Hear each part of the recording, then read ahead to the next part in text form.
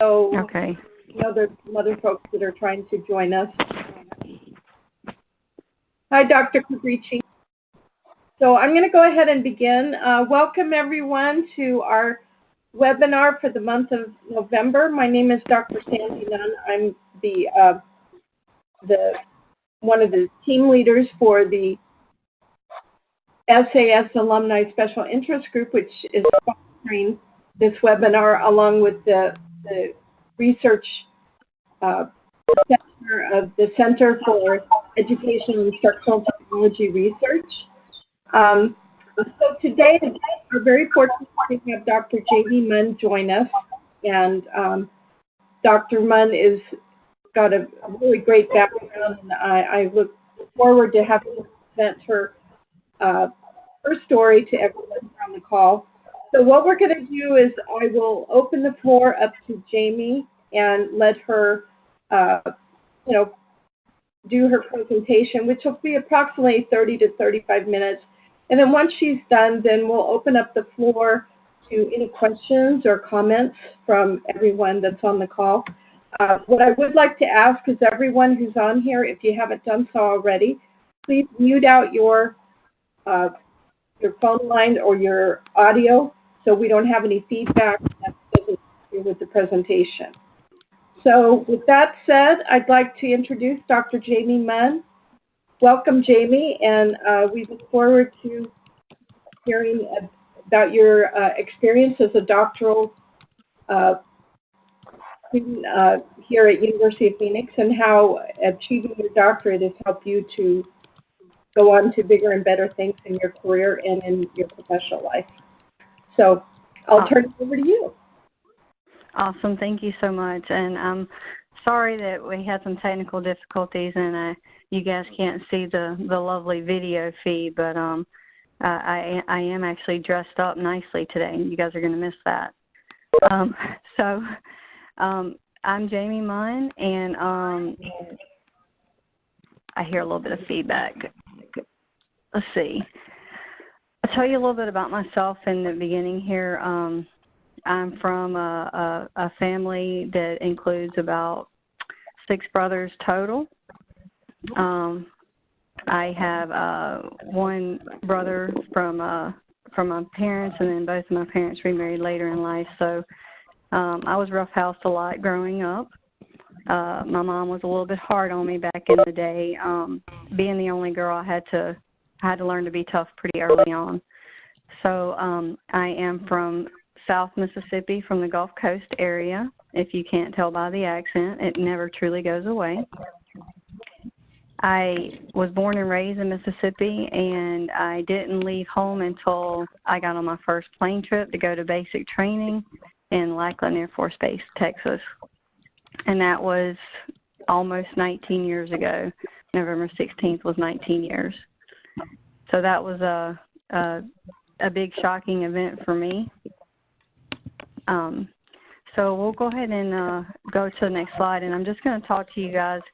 This is kind of the agenda of what I wanted to kind of share, and it's not any earth-shattering things that you guys haven't heard before, but my goal is to share some of my experiences with everyone and tell them how it's impacted me and the reason why I did it, why I became a doctor, my personal journey, some of the successes and failures I had both personally and professionally while going through this journey, and where I am today. And then finally will conclude this with my message for you guys, and that's the audience who's listening, no matter where you're at.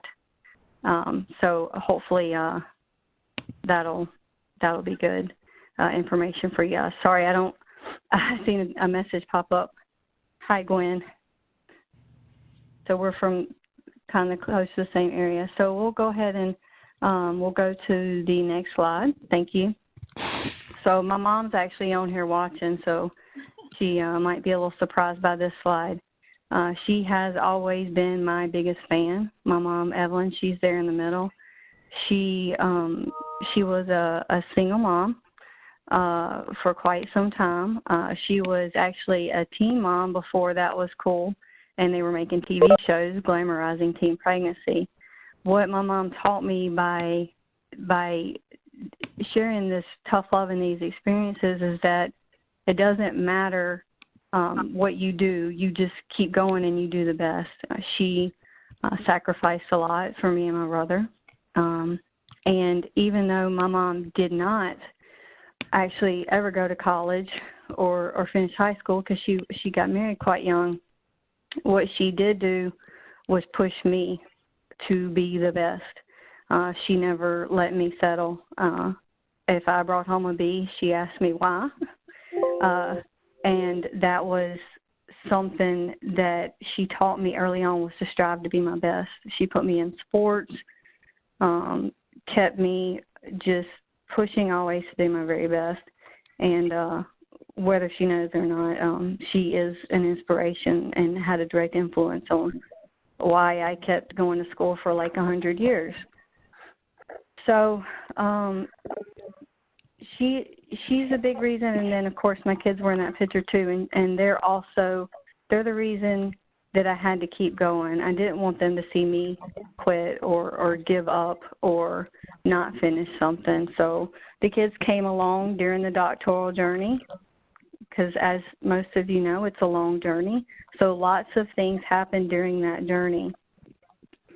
So my personal journey, and there's not a whole lot of slides here, so I'm going to talk for a while, and, I just wanted to have something visual, and it's a good thing I do have something visual since you guys can't actually see me. So I did all of my degrees. Everything I did was while I was on active duty for college. A degree that's not mentioned on here, we have Community College of the Air Force, and that's like an associate's degree. So I did that as a young A1C. I finished that. I had a supervisor. I wanted to go to college. That was all that was important to me, was to go to college. I knew I had to do this because there was no nest egg waiting for me somewhere. This was how I was going to go to college. And a supervisor sat me down and he said, if you want to go to college, you got to get your upgrade training done. Well, I like to make negotiations and deals, so I said, what if I do really good on my first end-of-course test for my upgrade training? Will you let me go to college then? He said, okay.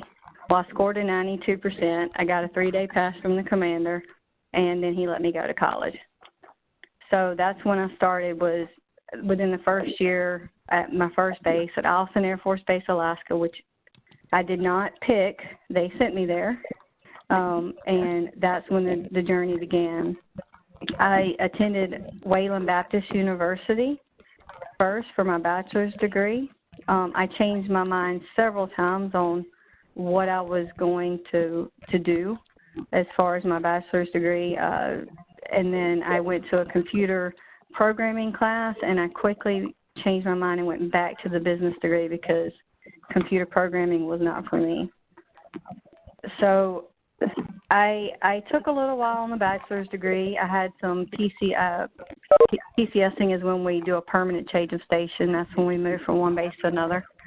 So I actually left Alaska and went to Korea during that journey, and then finally I ended up in Germany, and in Germany is where I finished that bachelor's degree. So I finished that in August 2007. I had a first sergeant, his name's Randy Farless, and he called me in his office. He said, well, you did that. He said, what are you going to do now? I said, I don't know. He said, well, I think you need to go for a master's degree. I said, okay, what are you doing? He said, well, I'm going to do it in business because that's something you can use no matter what you do when you get out. Mind you, Randy is now retired, and he's a math teacher. So you just never know. But I started that degree, and I finished that within a year using I used some of my GI Bill for that to finish that because the military has tuition assistance, but there's a cap. So you actually do run out of money on that. With that tuition assistance, the military also will pay for 2 degrees. So mind you, starting this doctoral degree, there was no more tuition assistance. But I had a GI Bill. I called University of Phoenix and I said, how I want to use my GI Bill. I don't have anything else going on. They're like, you should do a doctoral degree. I was like, a what? They said, yeah, you should do it. You could do it. You could totally do it. It's not hard. It's not bad at all. You could actually be finished within 4 years if you do it right. As most of us know, 4 years is pretty amazing if you actually get that done. Before I got off the phone, this guy, Jonathan, I don't know what happened to him, but he had taught me into this doctoral degree. And that's where I went with it. That's where my journey began, with a doctoral degree. I had year one. I started at the end of November 2009. There were some breaks. I had year one residency in 2011, and then I went to year three residency was my last one, and I went in March of 2012. I got a little lucky and did do a waiver to get through the year four residency because I was almost ready to submit. So I did not have to go to the year four residency, which was a nice break because that is definitely money right out of, our pockets. So the thing is, while I was doing all this, I would say one of my biggest problems or one of my hardships was finding somebody at work to talk to about this. There aren't a lot of people that, in the military in general, officer enlisted civilians that have a doctoral degree. There's not a lot of people in the world that even have it. But when you take an enlisted person who's going for a doctoral degree, you narrow that number down even more. So there's actually, according to the Air Force Personnel Center, there's 0.02% of enlisted members that have a professional degree. So the hard part for me in the beginning was just figuring out who I could talk to about this, who I could share my experiences with and just have something in common with. And that's actually going to lead into, like, the next slide. But I found help from Facebook. We had a little cohort that had Facebook discussions. Dr. Roberts, who is going to join us later, but he was, I met him on there, and we just hit it off, and he's also very smart and good with grammar and APA. Put that plug in there for him. So it's just nice to network, and you just never really know where you're going to find those people. There was 20 years difference between some of us in age. I was starting my family. Other people had kids starting colleges. But the one thing we had in common is we all understood this doctoral language. We all understood the pain and the hardships and what we were going through. And also there were people that had already went through those things who were able to share experiences and information. And I can't put a value on what you get from reaching out to other people who are going through it, whether they're just starting or whether they're finishing. There's just good to be had. So we'll go to the next slide, please. So I guess my message is, while you're doing this, real life does happen. The first obstacle I ran into with the doctoral degree was, how am I going to pay for this? The GI Bill, they only had so much money, and I had already used part of that money to pay for a master's degree. And you can look up online how much money enlisted people make in the Air Force or in the military in general. And it's not a whole lot, especially when it comes to a doctoral degree program where it's a little costly. So that was one of the first things I dealt with. Luckily, as things progressed, and with credit cards and just budgeting, I was able to pay everything in a timely manner and not go into a lot of debt over it. So that was the first struggle that I encountered, was like, how am I going to pay for this? The next big struggle I had was I'm in the military, so I can't tell them no thank you when they tell me I want to deploy. So I deployed, and I left for 193 days. That was stressful, and it took me out of being able to dissertate very, very often because you work very long hours on deployments. I actually deployed twice during this journey in support of Operation Enduring Freedom. I also struggled with relocating. The military moved me twice. That was a challenge. You pick up and you move your household. But I just tried to remember this is just a temporary setback. This is just a pause. Keep going. And also, just to be honest, right after I started this degree, I went through a divorce. So all these things that you think, well, that's not going to happen to me, it can happen. So I had that difficulty. Luckily, I was in Mississippi, stationed at Keesler Air Force Base when it happened, and my family was there and supported me and was there for me 100%. So I was starting over, and there was money. I was moving. I was single, and there was a lot going on. So I called the school and I said, "Hey, I just need to sit out this class."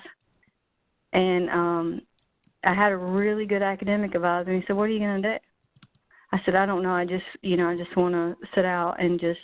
He said, "What? And just beat yourself up over everything that's happening?" He said, "Why don't you distract yourself with school?" So I did. I kept going. Now, I'm not saying that's for everybody, but it was what I needed at the time. It did keep me busy, and it kept me focused, and it kept me doing something that was good for me.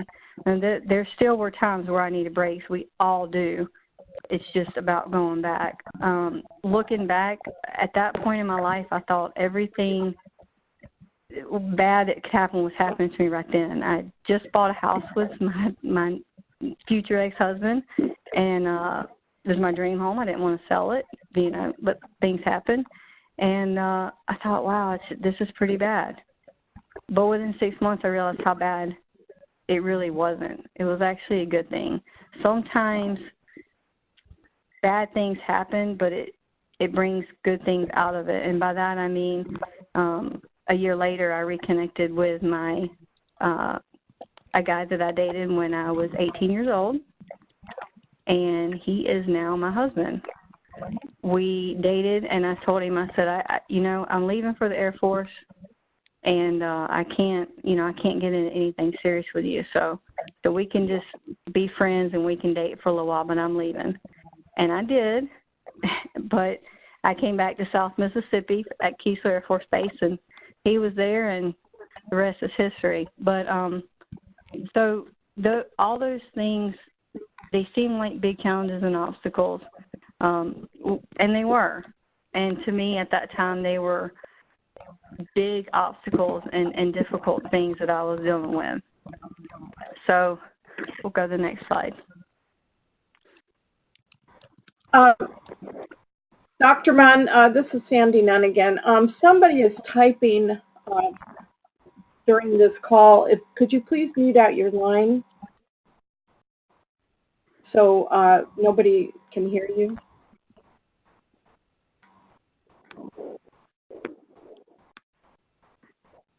I still hear typing, whoever's doing that. So please mute your line so it's not disturbing to everybody else. Thank you. Okay, continue. I'm sorry. That's okay. So real life happens. I started this journey as Tech Sergeant Munn up there in the top left. Like I alluded to earlier, I had a wedding, and then as you can see in the next picture, I had another stripe on my sleeve, and also I had a baby in my belly. So the bottom left picture is the actual real picture of me. That is my daughter asleep on me. That is my laptop in my lap, And that was my life for a while. That's how I did things. People would ask me all the time, you know, how do you do all the stuff that you do and you're still a student? And I still say it today, because that I choose to do it, and I just make the time. And it's not easy, and I'm tired, and I get cranky. And I spent plenty of nights up at midnight doing homework, crying about doing homework. I'm not going to lie. I would be upset, crying, messaging whoever else I could find that was still online if they were in a different time zone, and just telling them, you know, I don't think I can do this. But I had a support group. I had people I could just say, this is hard, but I had to keep going. The bottom picture was my graduation. My kids went. It was a very long graduation, and the doctoral degree was conferred last. So my kids luckily sat there for the duration of the entire ceremony. And then that bottom right picture is the day that, and I actually brought my dissertation book to show you guys, but that's the day my dissertation came in the mail. And as you can see, I'm in my uniform and taking a picture, because that day was really, you can't, when you see yourself, when you see your name printed on a book and you see that you're published and you did it, it's a feeling that's just amazing. It's right up there with defending your dissertation, and they call you back and they ask for Dr. Munn for the first time, and you hear that. Those things can never be taken away. Those feelings are just the accomplishment. You did it. You stuck with it. Maybe you did it in 4 years. Don't know many people that have. Maybe you did it. Maybe you took the long road like I did. Maybe it took you 7. Maybe it took you 8. But the thing is, you keep going. You keep trying. I planned, my honeymoon was planned around my class ending, one of the classes I was enrolled in at the time. I tried to plan my daughter's birth around it. That didn't work out too well. She had her own idea. But I always had teachers that were like understanding and willing to work with me, even when I deployed and I had to finish a class and I was going to be offline for a week. I always had teachers that were supportive and just real understanding and willing to work with me, especially being in the military. There's lots of roadblocks that I hit. My dissertation, if you want to go to the next slide, I actually looked, and I quit counting. What I did when I was working on my dissertation is I never saved over the last copy. I saved it with the date of whatever I was working on. So it would be, Munn dissertation and 1 October 2015, and then 15 October 2015, et cetera. I never saved over it. So when I actually went back and looked for the first time when I was preparing for this, I had over 100 different drafts of my dissertation.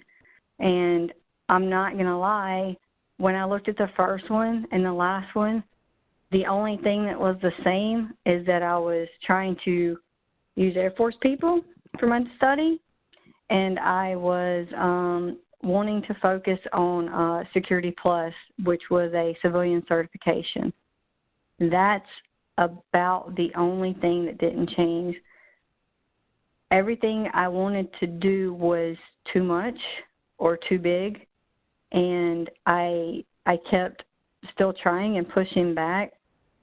And finally somebody said, Jamie, just listen. We are doctors. We're telling you this for a reason. If you want to be a doctor too, you need to scale it back, find a specific group of people that you want to do this study on, and go from there. You can't do the whole Air Force today. You have to start smaller, and you need to focus. And I think I actually had at one point was going to do mixed methods. I was going to do a phenomenological study in the beginning, and by the time it was all said and done, I did an exploratory case study. I wanted to use the whole Air Force. When it was actually done, I ended up using several units at Eglin Air Force Base. That's what I ended up using for the study. And instead of focusing on just enlisted people, I focused on enlisted officers and all the senior leaders that we had. Eglin actually has several different units there. So it was a very interesting study when it was all said and done, to watch it come around and watch it come full circle. One of the things I did not expect is that I would have so much trouble getting permission from the Air Force to do this.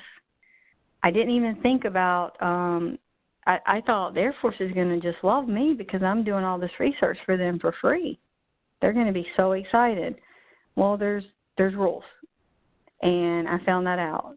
I was on the phone with the Air Force Survey Office, and they were like, you can't do that. You can't do anything on the government.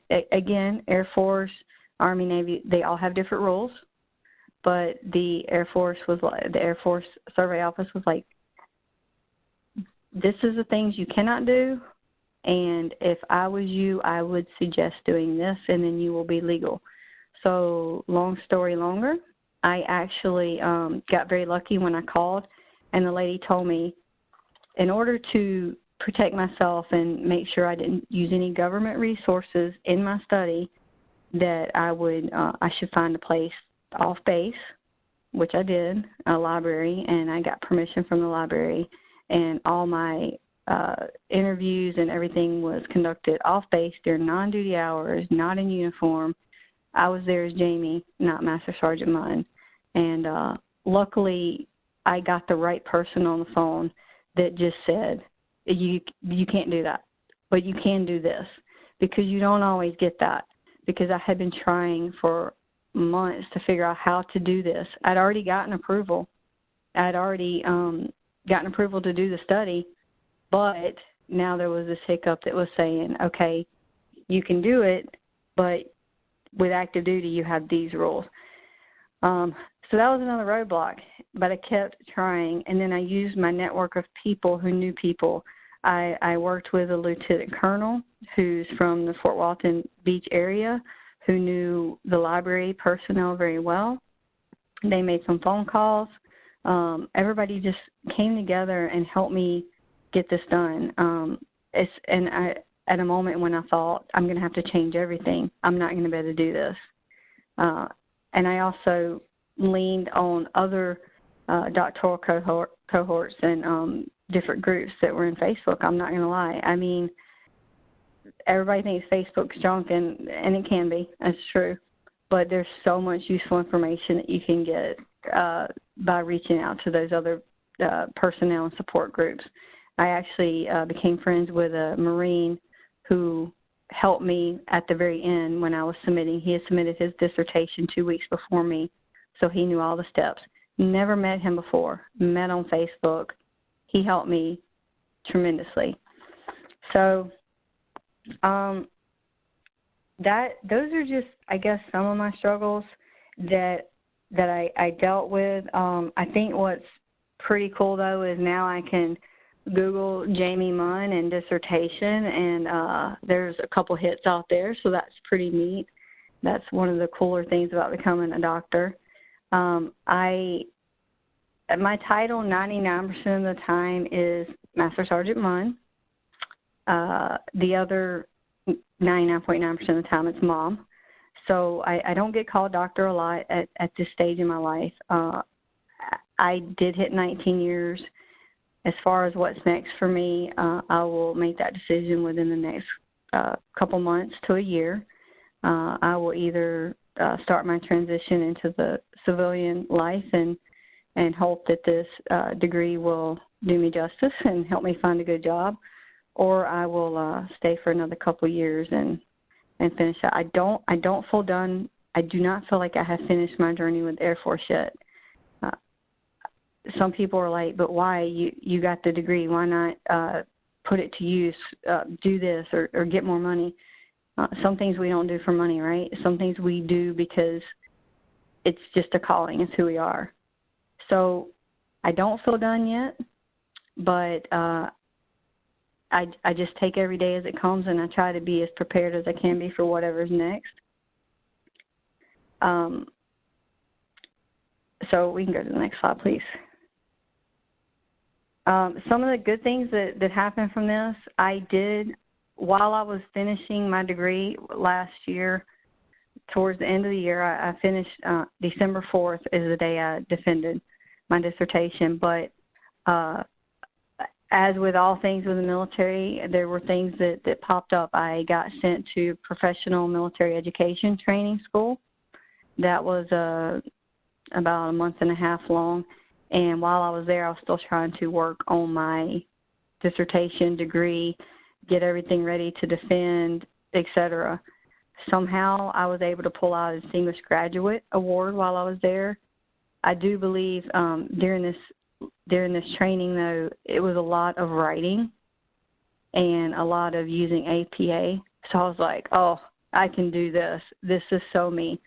So actually I was able to help a lot of other students in the class with APA who hadn't necessarily been in college or used APA, and some had used MLA and different formatting.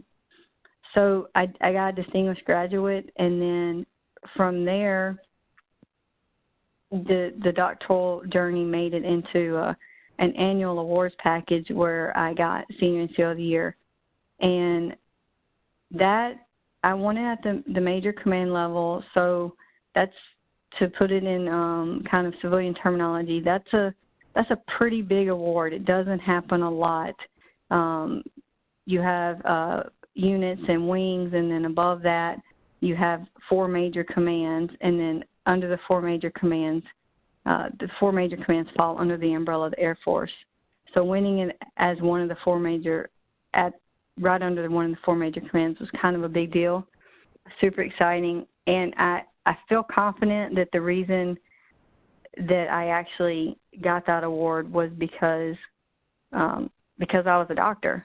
I mean, that bullet in itself, you know, there wasn't very many, if any, enlisted people that had that bullet, that line in their submission for the award. So pretty cool.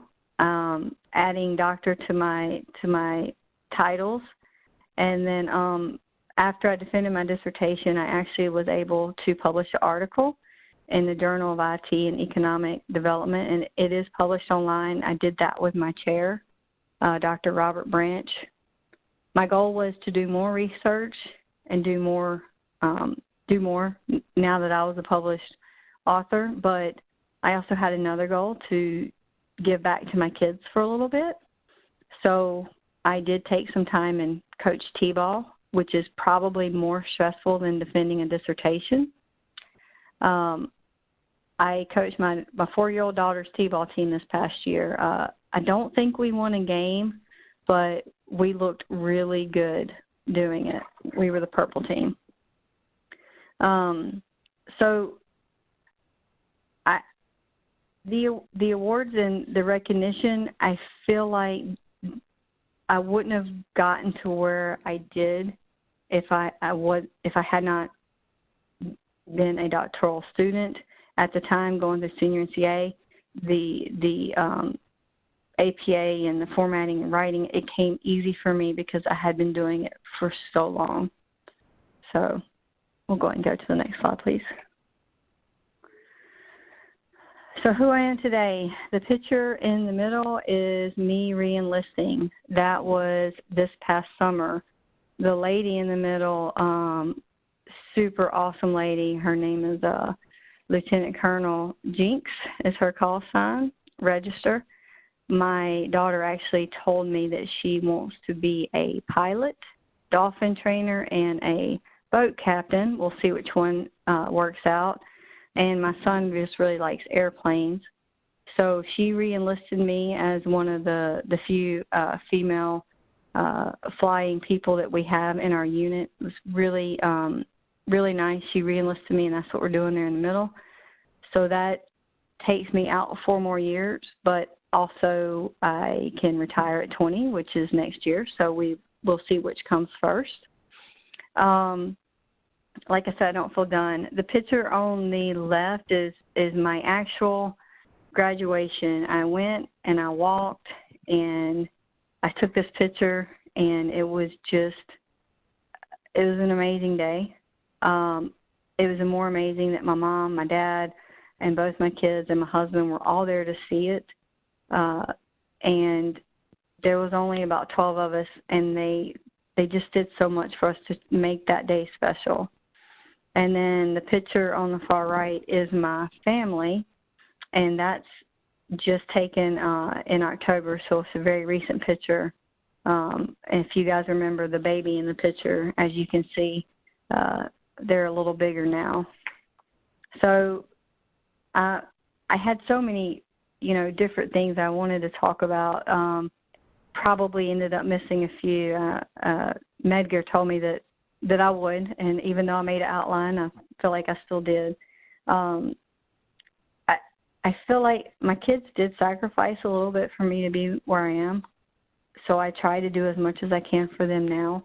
I always tried to balance everything. I stayed up late so that we could watch Disney princesses during the daytime, or whatever the case may be. It was a little bit of a sacrifice, but I tried to do that for them. My husband had plenty of times where I had to be like, I have to lock myself in the bedroom, and I need you to entertain the kids pretty much all day because I have a big paper to do. He made sacrifices. My parents, they've always been there for me. They come to everything I do since I was a kid, biggest supporters. Like I said, coming up, there just wasn't a whole lot of money. We did struggle. The one thing that I think all parents want for their kids is for them not to. And I think I made my mom proud. I feel like I still do. I know I still do. She every time I post something on Facebook, she tags me and shares it. I think that was always my goal, is to do good for her too, and to set a good example for my kids. I'm the first person in my family that went to college and graduated. To say I took it to the next level, yeah, I did. I didn't wake up and say I wanted to be a doctor. I just felt like I needed to keep going. And there was just this thing that told me to keep doing it. And right now I'm 38 years old, and I don't know what's next for me, which is kind of scary. But I know that I'm ready for whatever that is. I'm going to, keep doing my best and use some of the life experiences I had to try to share those with other people. But we can go to the next slide, please. I know this is a little long, and I apologize. I talk a lot. Most of the people that work with me would probably agree. I guess my biggest message today is that life does happen. There's so many things that happened to me in my doctoral journey that I honestly left out because we would need a part 2. I know, talking to other doctoral students, I've talked to people who themselves had been diagnosed with cancer. I talked to other doctoral students who lost a parent or a loved one. My friend that I met towards the end, the Marine, he had several deaths in his family months apart. And it's hard. You have to be resilient. I would like to say it's okay to cry. I cried a lot. But I also cried happy tears because I did it, and I was able to get through it. We all come from different backgrounds. We're all very diverse. There's different things that help us. I think one of the most important things you can do is find a good support system. If you slip, just get up and go back. don't quit. And that line where it says make an effort, not an excuse, someone actually said that to me in my doctoral cohort. And I think it's something that, from my understanding, I think teachers actually use this a lot in the classroom. And I was like, wow, that, when they said that to me, make an effort, not an excuse, I had been making a lot of excuses. When I decided I was going to be done, that's when I finished. Stay humble, and then use your skills to help other people. That's what I do. I still help other people. I have friends at all levels of college. I look at their papers and help them correct APA. It keeps me a little bit fresh on my skills. I try to be mindful of who's watching. In my case, it's my kids that are 4 and 9. I have to set a good example for them. I guess the last line I would say, I didn't become a doctor, for anything to give myself any type of entitlement or anything. I always tell people becoming a doctor doesn't make me smarter than anyone else. It only makes me more educated. So I didn't do it for any specific title, for any, I know I'm going to get a job making a lot of money. I did it for me. I did it for my family. I did it for my kids. And I did it because I wanted to do it. And I think as long as you are doing it because you want to do it, you will do it. You will finish. So, again, it's going to be challenging. But that is really, I don't know if that's, what you guys were looking for. I know we all have our own struggles that we go through, but I hope that, maybe it's helpful a little bit. If you guys have any questions, I would be glad to answer them.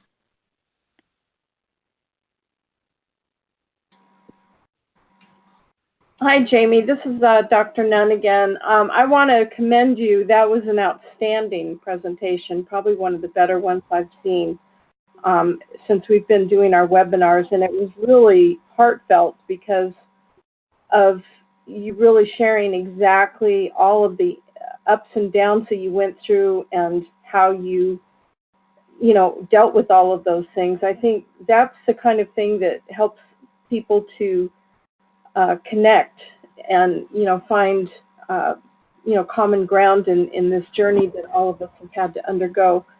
But I really enjoyed listening because I come from an Air Force family. My dad was an officer, and my brother was also an officer, both pilots and stuff. So I feel a camaraderie with a lot of things you were saying, just, for that in itself. But anyways, thank you very, very much for, all of your words of advice and sharing your experience. But at this time, I want to open it up to the people in our audience and see if anyone has comments or questions they'd like to ask Jamie.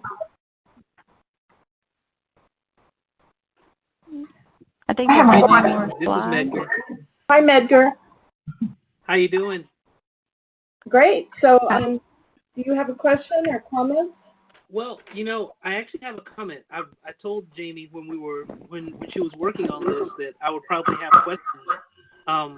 Did a great job of answering those. I did want to let you know that I laughed out loud when you said that you were distracting yourself with classwork, and that I also laughed out loud when you said the hardest job was coaching T-ball, but you looked good doing it. Thank you very much for sharing your journey with us, and think even more for sharing the message that you would share with someone who is experiencing similar difficulties going through the program, because it is difficult, and if you're doing it for the wrong reasons and without the right support system, it gets really hard. So thank you for your message. I really appreciate it. Thank you, and thanks for your help throughout these past couple years as well. My pleasure. Medgar actually had to help me out with, what was it, anthropomorphisms? What was it you helped me with? Anthropomorphisms. That I struggled with? Yeah. We did a lot of work on anthropomorphisms. not a fan of that. But yeah, I struggle with that. And Medgar was in my little support group circle. And when I graduated, I actually sent him a Star Wars coffee mug because I appreciated all the just help he gave me, and just being a sounding board a lot of times. He graduated a couple years before I did. So, it's one of my most prized possessions. I keep it on my desk. Thanks. So do we have anyone else on the call that would like to make comments or ask questions? Yes, this is Mimi Stout, and I have a question. Having worked for the military and being married to one, I wanted to ask you, Jamie, is there something different about a military person going through educational programs than the other kinds of students that the University of Phoenix gets? Oh, and I have worked with a couple of the people here in the past, and I've enjoyed all of them, and they have all been very giving people, and that's one of the things that I have loved about this program. You said you have enjoyed people's help, but as a military person, is there anything different about you? About me? Yeah, or about any of the military students? I think, so my opinion here, there's not a study on this to back it, but I think being military, you are taught early on to be in a room full of strangers, adapt, and become a team and get something done. So in my opinion, I feel like a lot of military people do well in this with the University of Phoenix, because we all log in that first day.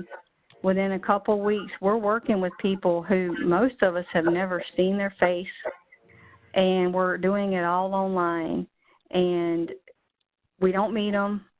Half the time we don't even have a phone call with them unless we get to know them very well.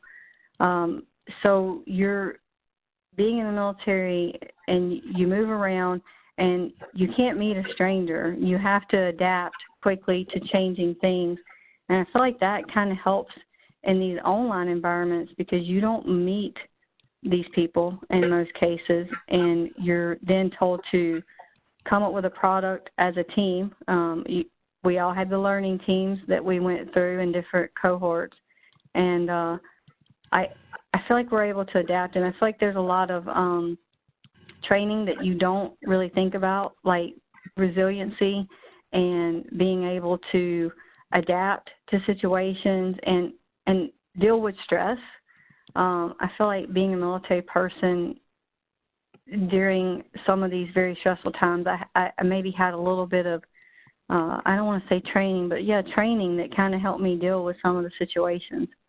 And there was definitely some tough times, and like I said, I listed some of the bigger ones, but we all have them. And there's a guy in our learning group who was, going through a tough time. He went through a divorce too, and by opening up and talking to him and sharing my experience, and then sharing how, even though that time was tough and those hours were dark, I got through it and I came out so much better. I'm so thankful for my husband and my family that I have now that I never would have had if I stayed in the situation that I was in.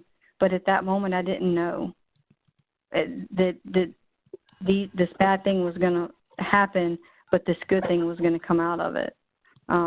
Sometimes it's hard to see that good can come from it.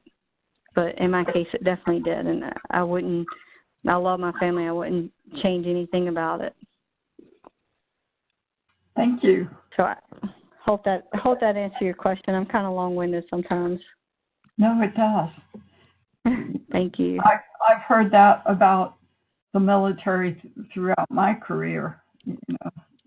Focus, go-getter, resilient, all of those things. Thank you very much. Thank you. Thanks, Mimi.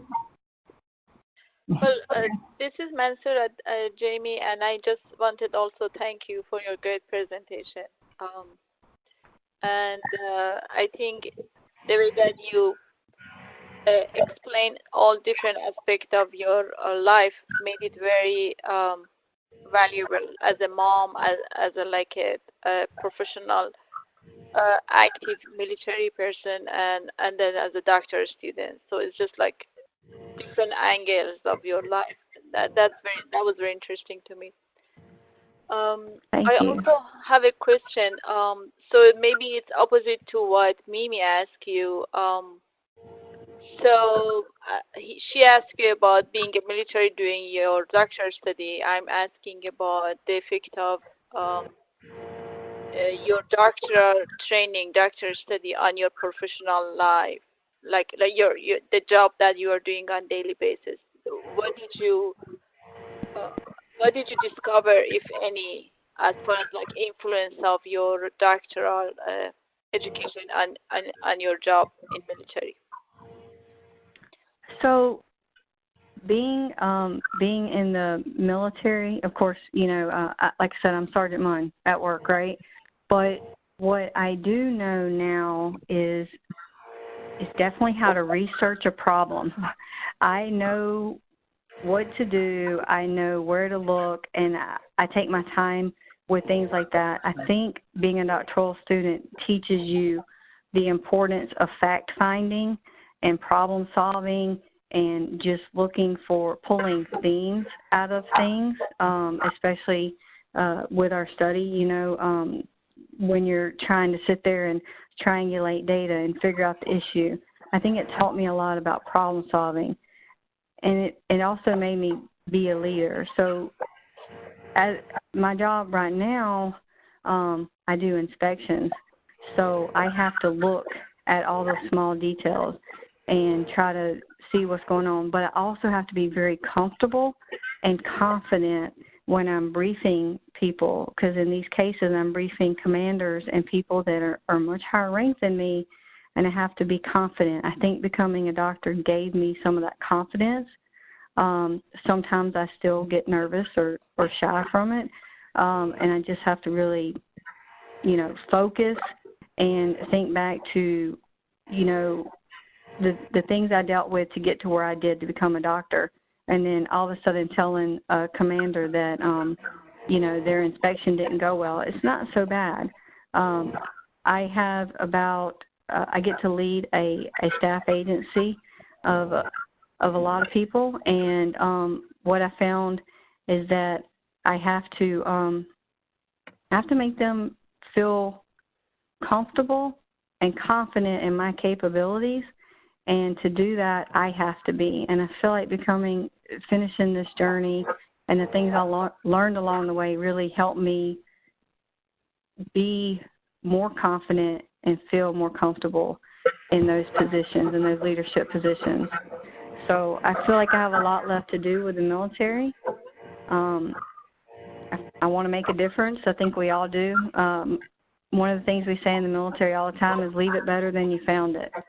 And I know that I've done that with my current job. And that's always just kind of my goal.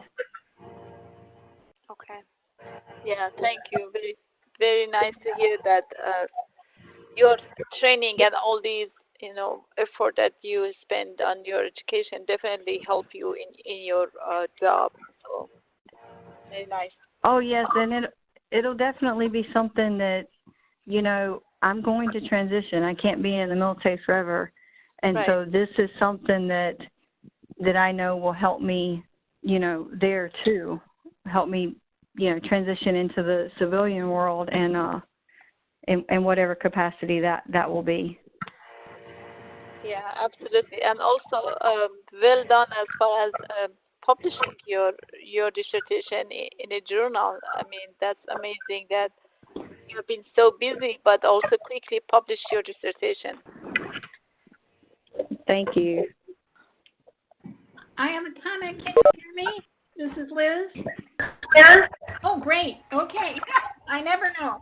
I enjoyed the presentation so much, Dr. Munn, and I sent you a little note. Thank you for a very, very nice presentation on what it meant, how you managed, how you progressed through your studies. So I have kind of a comment and then a little bit of a question. Like you know, I worked in K-12 education for, I think, 25 years, and I retired from K-12. I had the doctorate degree, and it opened doors for me that I never could have imagined. You know, I couldn't plan a better post-retirement than the one that I came to, which was here at the University of Phoenix. So I'm wondering if you have any thoughts about where you might go from here. I actually was talking to Medgar about this last night.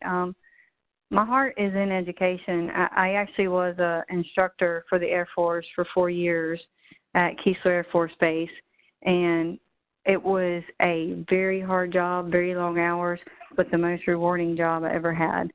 Right. So I think I'll end up back there in education of some sort. That's where I feel like my heart is. So I'm actually trying to start looking at ways to make sure I keep those doors open. I don't know what level. I taught at Embry-Riddle, a college at Keesler Air Force Base. I did teach there for 2 years while I was stationed there. I feel like that's what I'm supposed to do is in some form be back in that arena. But I am just trying to prepare for whatever's next. You know, we have different classes that help us transition. I'm still doing the Air Force thing, and I still feel good about that. I still enjoy it a lot. I still feel like I make a difference at work. So I'm trying to be prepared for staying or going, and the fact that I know that I can go is always a nice thing, though. I know that I've got to my 20-year mark, so I do know that I'll have to get another job because nobody retires at 38 unless you win the lottery. Yeah. That hasn't happened yet. Yeah, you're young. I mean, you have many years of interesting experiences ahead of you, and you know, I love education. It's been a wonderful career, and it is a career where you are doing good in this world, where you're bringing something positive into this world, and that's a concept that both the Buddhists and the Catholics really embrace deeply. You know, right livelihood, that through your work you're serving. So best wishes to you, Dr. Munn, and thank you so much for sharing all of this with us today. Thank you so much for your comments. I appreciate it. Yeah, thank you. So we're almost to the end of this webinar. Does anyone else have any questions or comments before we end the call? Hi, Dr. Munn. This is David. I just wanted to say thank you to your SIG, your special interest group, for presenting this, and to Dr. Munn for your expertise and sharing your insights on everything, especially right after a holiday. So thank you so much for putting everything together in a great session tonight. It was really, really invaluable. Thank you, David. Thank you. Hi, this is Karen Johnson. Jamie, I just wanted to mimic David's comments. We're very appreciative for the time that you spent putting this presentation together and sharing your experiences with us. We're glad that you're working with us here in the Research Hub, and we hope you continue to do that as we all move forward. Thank you again for a great presentation. Thank you so much. Okay. Any final comments or questions before we sign off? I just wanted to thank you, Sandy and Medgar and Sherry and everyone for attending this webinar, and particularly Dr. Munn again. And as David mentioned, right after the holiday, this was a great beginning, I guess, for us to resume our work for the rest of the year.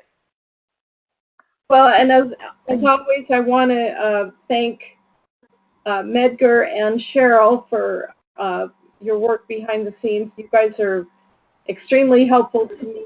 And I also want to say thank you to Dr. Cabrici for your support in this endeavor. We've been doing these webinars almost a year. It'll be a year next month, and everyone is a learning experience. I have found it really fascinating to hear all the different stories of everyone's doctoral journeys and how it's made an impact on their professional lives and in their communities. So it's always inspiring to me. And one thing I have to say, Dr. Munn, I really could relate to what you said about, you know, all the crying and the tears. I went through that process myself. So it was, you know, I think it's such a personal endeavor to go through this, and there are a lot of struggles and there are a lot of frustrations. In the end, I mean, the results are well worth all the effort and the work behind it. So anyways, well, I know we're 2 minutes after the hour, but I want to say thank you to everyone for your attendance on this webinar, and thank you to Dr. Munn for an excellent presentation. And maybe we can have her back at another time to share her experiences and, you know, on another level.